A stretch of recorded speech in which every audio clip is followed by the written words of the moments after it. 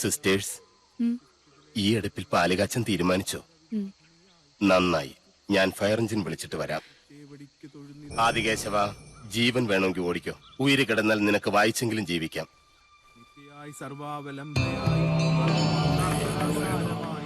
തുളസി, അന്നപതിയായ അഗ്നിയെയും മഹാലക്ഷ്മിയെയും മനസ്സിൽ ധ്യാനിച്ച് നെല്ലൂർ മനയിലെ അഗ്നിശാലയെ ഞാൻ വീണ്ടും ഉണർത്താൻ പോകുന്നു. അത് നിന്റെ കൈകൊണ്ട് തന്നെ വേണം. പേടിയുണ്ടോ? കുട്ടേട്ടാ, വേണ്ട. ഈ അടുപ്പിൽ നല്ല തീ പിടിച്ചിട്ടുണ്ട് അച്ഛൻ. നിന്റെ അച്ഛനെ കൊന്ന സാവിത്രിയുടെ പട്ടടയ്ക്കാണ് നീ തീ കൊളുത്താൻ പോകുന്നത്. പറഞ്ഞതനുസരിക്ക്.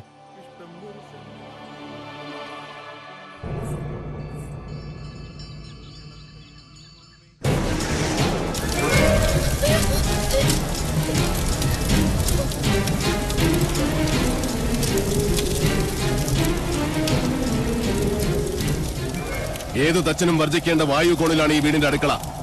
അനന്ത, ആഞ്ഞു വീശുന്ന കിഴക്കൻ കാറ്റിന്റെ ഗതി തടയി.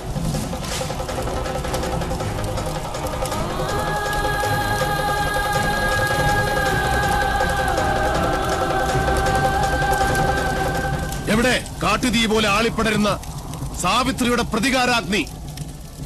എവിടെ ഹരിനാരായണനെ കൊന്ന ശവദാഹികളായ തീനാമ്പുകൾ?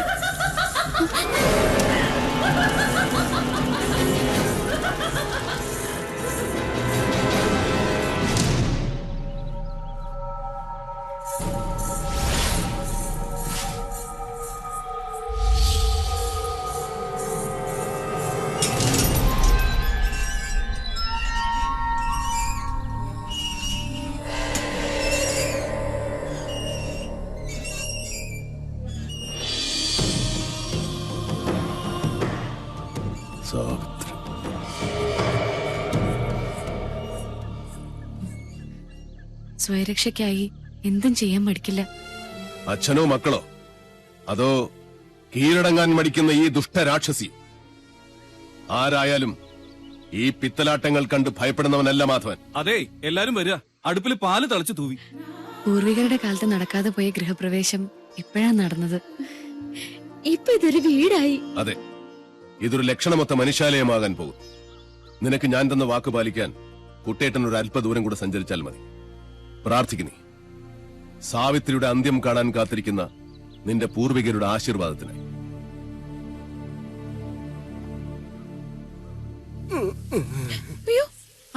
എനിക്കും അറിയില്ല എന്താ പറ്റി. ഞാൻ ഇവിടുന്ന് രക്ഷപ്പെട്ടു ഓടിയതാ. വലിയ കുരുങ്ങി. 8 കാലയുടെ അല്ല, ഇതേതോ 10-28 കാലയുടെ ആണെന്ന് തോന്നുന്നു.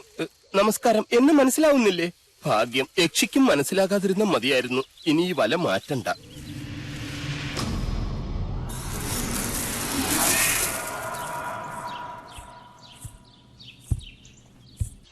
ഇനി ഒരിടം കൂടിയേ ബാക്കിയുള്ളൂ. ആ കൊലയാളി വാവലുകൾ പാറിപ്പറക്കുന്ന ആ മുറി. ആ ക്ഷേത്രത്തിൽ ഭുവനേശ്വരിക്ക് മാത്രമല്ല പ്രതിഷ്ഠ. പാലച്ചൂട്ടിൽ താത്രിക്കുമുണ്ട്. അവിടെ വിളക്ക് വെച്ച് തൊഴുതു നിൽക്കുന്നു മറ്റൊരു യക്ഷി. ആരാ? നിന്റെ അടുത്തി തുളസിയുടെ അകത്തുണ്ട്. അവള് മച്ചില് വിളക്ക് വെക്കാൻ ഒരുങ്ങ. എന്ത് വിട്ടിത്താ നീ കാണിച്ചത്? അവളെ ഒറ്റയ്ക്ക് മച്ചിലേക്ക് അയച്ചിട്ട് നീ ഇവിടെ വന്ന് നിൽക്ക.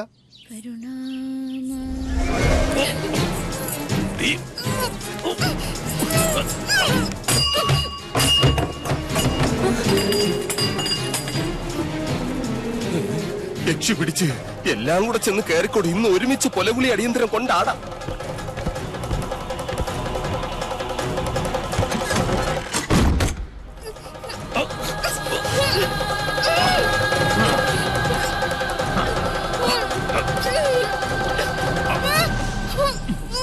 ഇത് ഞാൻ തന്നെ അളിയാ, മണിയങ്കോട്ട് ജയൻ.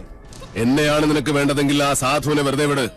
മണിയങ്കോട്ട് ജയ. അതെടാ, ആദ്യ ഉഗ്രമൂർത്തിയായി നിന്നെ എനിക്ക് വേണ്ടത്.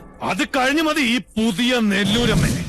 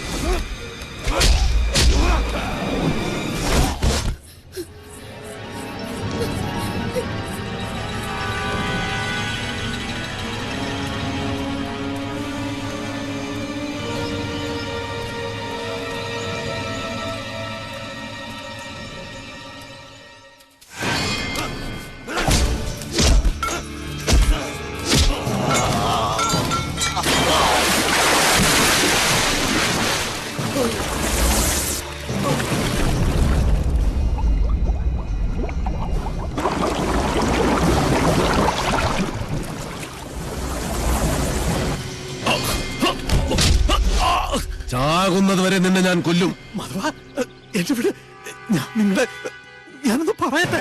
ആണായിട്ട് പറയടാ. എന്റെ കുഞ്ഞുണ്ണിയെ ഈ നീർക്കുഴിയിലിട്ട് കൊന്നത് നീയല്ലേ?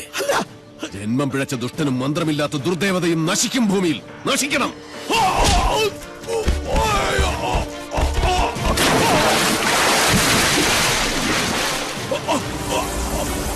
നീചൻ നീതിയുടെ ശാസനകൾ അനുസരിച്ചേ പറ്റൂ. നിശ്ചയിക്കപ്പെട്ട മരണമാണ് നിന്റേത്. കൊണ്ടുപോയിക്കോളൂ. കൊണ്ടുപോയി തിന്ന സാവിത്രി നിന്റെ മകനെ.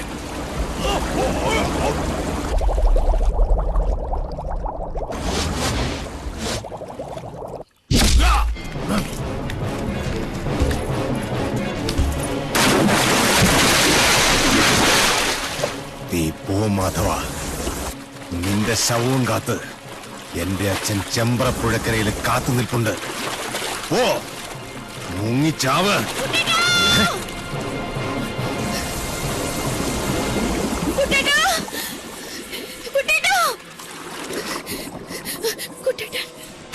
കുട്ടേട്ടനോ? അവിടെ കാണും. അല്ലല്ല, അവിടെ അവിടെ അവിടെ അവിടെ. ഹേയ്, വടക്കിനി കാണും. വടക്കിനി അല്ല, തെക്കിനി തെക്കിനി തെക്കിനി. ഈ ഭൂഗോളം മുഴുവൻ പോയി തരേ. നെല്ലൂർ മനക്കലെ ഇല്ലത്തമ്മേ, തൃശൂലമേന്തിയ നിന്റെ കുട്ടേട്ടൻ മരിക്കാതിരിക്കണമായിരുന്നെങ്കിൽ അവൻ എന്റെ മുന്നിൽ വരാതിരിക്കണമായിരുന്നു. നാളെ രാവിലെ പുഴയിലിറങ്ങി തപ്പിയാ മതി. അപ്പോഴേ പൊങ്ങൂ ചത്ത ചണ്ടികൾ.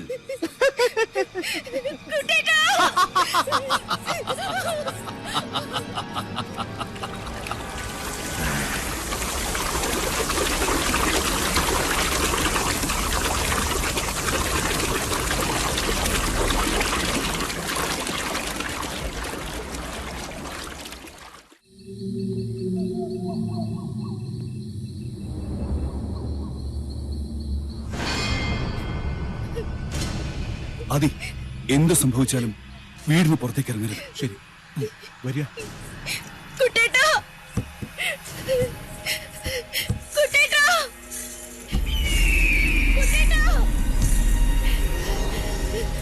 കുട്ടേട്ടാ, കുട്ടേട്ടാ,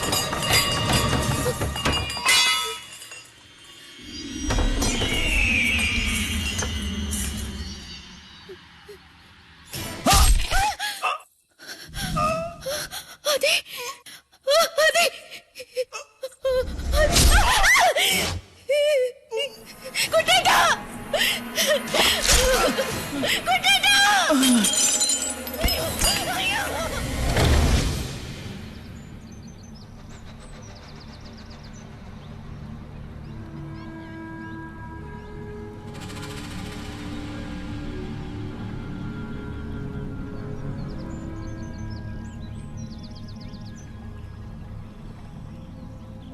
കൊച്ചമ്പ്രാൻ അംഗം ജയിച്ച് ഇപ്പം എത്തും തിരുമേനി. എന്നിട്ട് എവിടെയോ വിജയജ്യോതി? കൈവിളയ്ക്കാതെ കാര്യം നടന്ന അച്ഛനെ അറിയിക്കാൻ അക്കരെ നിന്ന് ടോർച്ച് തെളിയിക്കാന്ന് പറഞ്ഞാണല്ലോ ഗിരീശൻ. ഇക്കണ്ട നേരമായിട്ട് തെളിഞ്ഞില്ലേ ആ ജ്യോതി? അത് ഇപ്പൊ തെളി കണ്ടോളൂ.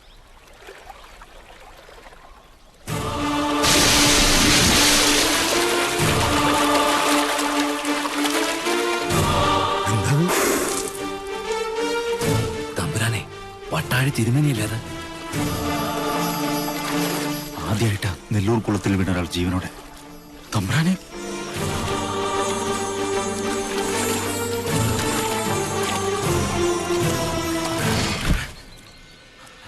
അയ്യോ കൊച്ചമ്പ്രാൻ. തമ്പുരാനെ എടുത്തോ മോനെ. ജയ ജയ ജയ. വിളിക്കണ്ട, വിളി കേൾക്കില്ല. മഹാഭാവി, എന്റെ മോനെ നീ എന്ത് ചെയ്തു? എന്റെ കുഞ്ഞുണ്ണിയെ കഴുത്തറുത്ത് കൊന്നതുപോലെ ഈ ദുഷ്ടനെയും കുളത്തിലിട്ട് കഴുത്തറുത്ത് കൊന്നു മണിയൻകൂട്ട് സാവിത്രി. അങ്ങനെ വിശ്വസിക്കും. അതാണ് ശരി. നോണ, നീയാണ് കൊന്നത്. ആ കുറ്റം ഞാൻ ഏൽക്കണമെങ്കിൽ എന്റെ കുഞ്ഞുണ്ണിയെ കൊന്നത് ആരാണെന്ന് കാരണം അവര് പറയണം. സാവിത്രി? ചെമ്പ്രയിലെ ആ പഴങ്കഥ ഞാനായിട്ട് തിരുത്തുന്നില്ല. പക വീട്ടിയല്ലേ? പക വീട്ടാനുള്ളതാണ് മൂപ്പരെ. ഉച്ചയിൽ ഉപ്പോളം ബുദ്ധിയുണ്ടെങ്കിൽ ഒഴിഞ്ഞു പോകുന്നതാണ് നല്ലത്. എന്റെ ജീവനിൽ ഇടപെടരുത്. ഇതുകൊണ്ടൊന്നും തീരില്ല. കാരണവരെ, എന്റെ കുഞ്ഞുണ്ണിയെ കൊന്നതിന്റെ കണക്ക് ഞാൻ ചോദിക്കാൻ പോകുന്നതേ ഉള്ളൂ.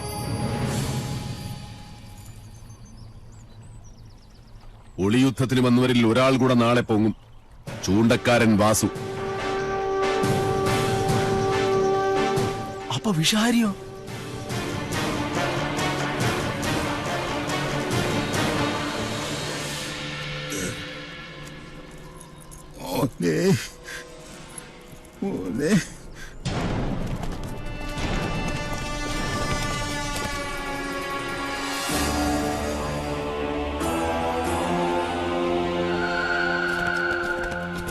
ഇന്നലെ രാത്രി താനോടുണ്ടായിരുന്നു.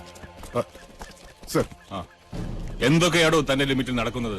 സർ, മണിയൻകുട്ടേര് പറയും പോലെ ഇത് പണ്ടേ അടിച്ച് നാമാവശേഷം കണ്ട കാലം കഴിഞ്ഞു. പക്ഷെ സമ്മതിക്കത്തില്ല. എവിടോ തന്റെ വാസ്തുശില്പി? അകത്തുണ്ട്. സാറേ, ഇവനൊരു മുഷ്കന. ഞാൻ നേരത്തെ ചോദിച്ചപ്പോ ഭജനയിലോ ഭണ്ഡാരത്തിൽ ഇരിക്കുകയാണെന്ന ഈ കയ്യാളം പറഞ്ഞത്. ആദ്യം സാക്ഷി വിസ്താരം, പിന്നെ മതിയുടെ ഗുരുമുഖ ദർശനം. വാ അഗസ്റ്റിൻ, ഈ പട്ടേരി പയ്യനെ കൊണ്ടുപോ. സ്വാമി വാ. കരയണ്ട. ഇന്നലെ എന്താ ഇവിടെ സംഭവിച്ച കുട്ടിയെ? സത്യത്തിൽ ആർക്കാ കൈപ്പഴ പറ്റിയത്? രണ്ടാം സാക്ഷി മിത്ര കൊച്ചം എവിടെ? വെളുക്കുമ്പോ തന്നെ കുട്ടിയുടെ മിത്രടുത്തി വീട്ടിലേക്ക് പറഞ്ഞു വിട്ടു. അനിയന്റെ കണ്ണിലുണ്ണിയെ ഞങ്ങൾക്ക് വിട്ടുതന്ന് വീട്ടുകാരിയെ സേഫാക്കി വിട്ടുവെന്ന് നാട്ടുകാരിനി പറയും. വലുതാത്തൊന്നും പറയരുതേ. ഏട്ടത്തിക്ക് വിഷമം കൂടിയിട്ടാ പോയത്. മുതുകിൽ മാത്രമല്ല തലയ്ക്കും കുത്തിയിട്ടുണ്ട്, വലതു ചെവിയുടെ ഭാഗത്ത്. പിന്നിന്ന് മാത്രമല്ല കുത്തി വീഴ്ത്തിയത് അല്ലേ?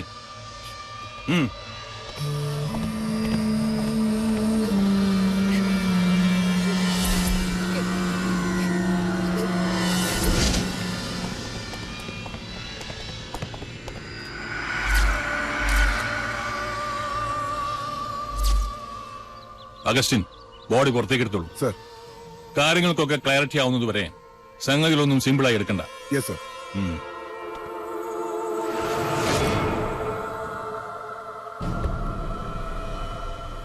അരുത്. ആ മുറി നിറയെ വവ്വാലുകളും നരിച്ചീരുകളുമാണ്. അതാരും തുറക്കാറില്ല. അനന്ത, എസ് പിയെ തടയണ്ട.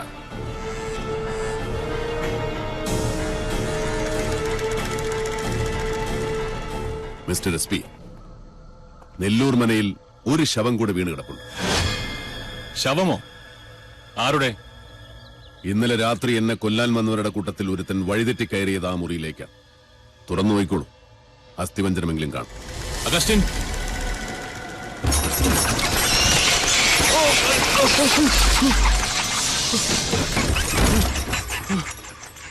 ജീവിക്കാൻ അർഹതയില്ലാത്തവരെ ആർക്കും രക്ഷിക്കാൻ കഴിയില്ല.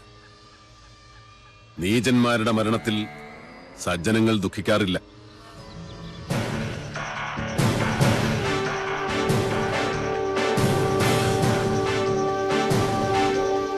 നിൽക്കണം.